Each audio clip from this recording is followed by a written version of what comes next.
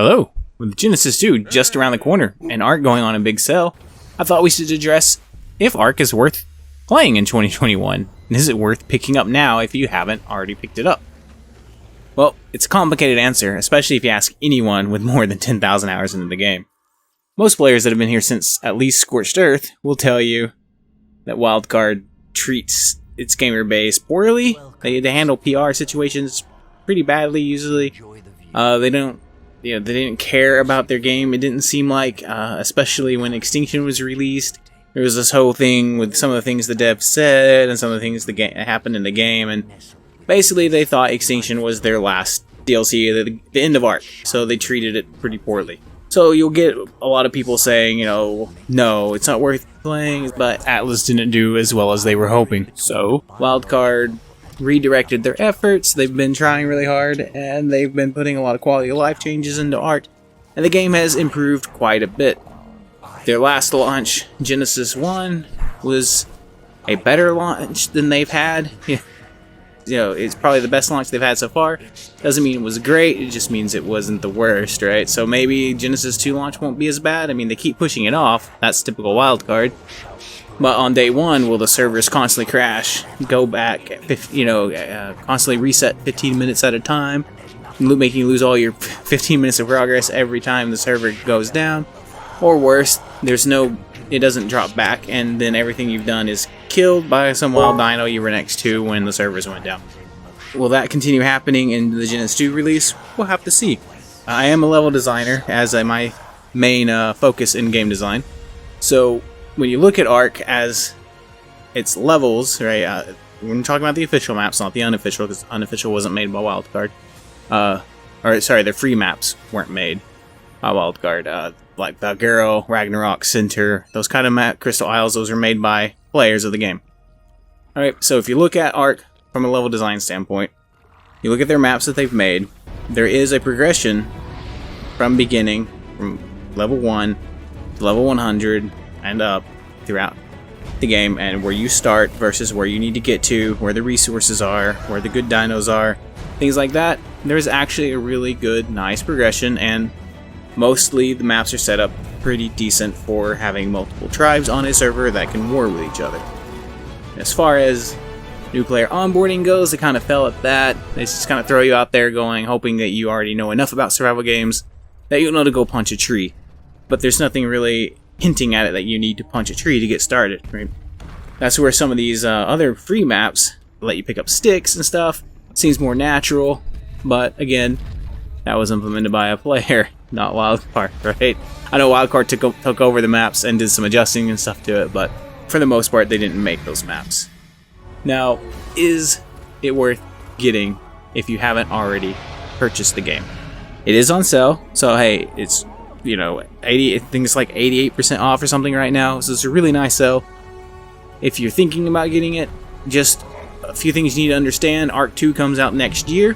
When Ark 2 comes out and most of the player base shifts to Ark 2, what's going to happen is Ark is going to go into Legacy, right? They'll switch their servers over to Legacy servers. They'll reduce any inactive servers will get deleted, and I think that's like 5 or less people on a server the majority of the time. Those servers will be deleted, removed. This is what happened when the new servers came out, and they called the old servers we used to play on Legacy, right? When the game officially launched. They will no longer support them, right? So you won't have customer support, you won't have any recourse on meshing, aimbotting, things like that. So my recommendation is, if you're going to buy Ark and play it, because it is a good game, it is fun, but I wouldn't play official. I wouldn't get it to play officially, right, on official servers. Get it and play on unofficial servers. A lot of them are set up good. Some of them have monthly resets or every 3-month resets, which is really nice. It can put you more on an even playing field. Right now, if you join an official server to try and play out the last year of Ark on them, you're going to have to find a big tribe to join to have any chance. The amount of mutations that have been added to the dinosaurs from these big tribes are insane, and you're never going to be able to protect yourself against these tribes that have existed for years on these servers. Or you could try an unofficial server that gets deleted and started over every few months. some called like Ark Extinction. No, they used to call them Extinction. It's called Ark Apocalypse now.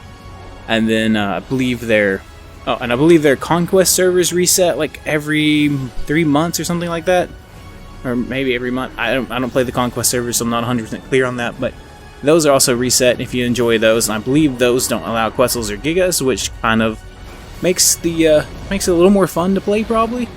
Quetzals kind of pop your bases no matter what. Basically, you have to have specific defenses against Quetzals, and Gigas kind of become. The PvP becomes a Giga on Giga fighting. If you can't do Giga on Giga fighting, you basically lose, and you're just stuck standing next to turrets watching them soak your base until they're in without a whole lot of recourse. You can't stop.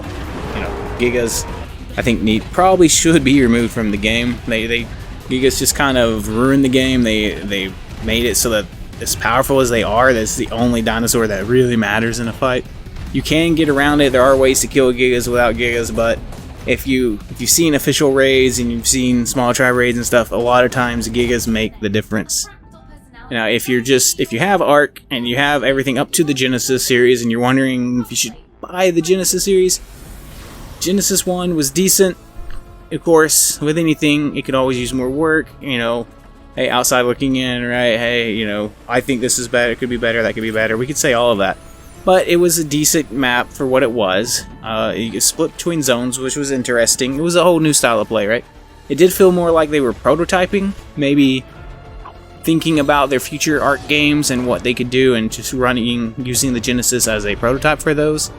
That's really what the Genesis 1 felt like, and maybe that's what it's supposed to feel like, because it was you're in a simulation, right? You're in a computer program in Genesis 2. You're not on an Ark, right? Well, I think that's Genesis. Sorry, I don't know if I said Genesis 2 or 1, but anyway, that's Genesis 1. So when Genesis 2 comes out, is it worth picking up and playing? Well, right now it's on sale. So yes, if you have the other Ark maps, it is definitely worth getting and trying out.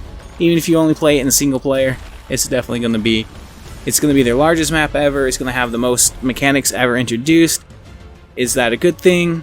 Yes. Is it a bad thing? Maybe. It depends how they implement it and how well they worked on it. I mean, if they've only been working on this map and the mechanics for it for a year, it could be a real cluster mess. I will say that, okay? It could be, and we'll see. It's possible that we're already seeing some of this mess with after they've introduced the Maywing mechanics and stuff to the game. You started seeing bases going, you know, the tribe ownership of a base going to someone random in the tribe that just joined the server right before it crashed. Is this due to the Maywing and the Poglin code? Maybe. Maybe not. It's hard to say. But it's kind of coincides with the introduction of these mechanics. But here's hoping that they did a really good job on Genesis 2 and the mechanics are solid, the map is solid, and everything goes well. We can always hope. It's Wildcard, so it's hard to say. I mean, like I said, they've been improving. They've been trying hard. They really want to keep their player base, since Atlas didn't do as well as they were hoping. So they really want everybody to go into Ark 2 now. So this is their last chance to redeem themselves. So should you pick it up now? Well, Genesis 2 comes out on June 2nd, as long as they don't push the date again. This sale lasts until June 7th. So if you're willing to wait a few days before picking it up, you can wait to see the reviews and see how it's actually the servers are going, how stable it is, are the mechanics good. But if you're not planning on playing it on official anyway, you're planning on playing single player or unofficial, it's going to run better. Everything will be smoother. So it's not a bad thing to pick up. If you want to play, like I said, if you want to play Ark and you've never played it before, it is on sale. It's the only time I would recommend buying Ark, since it only has a year left. When it's on sale. It is a good game, but at the same time, you're not going to have a whole lot of fun on officials unless you get hooked up with a really good big tribe, right? Strong tribe at least. So, all that said, is Ark worth playing in 2021? Yes, on unofficials and single/co-op play. Run your own servers, play on someone else's servers. Officials, not so much. Let me know in the comments below if you're planning on playing Genesis 2 on release date. I hope you enjoyed this video. Have an awesome day.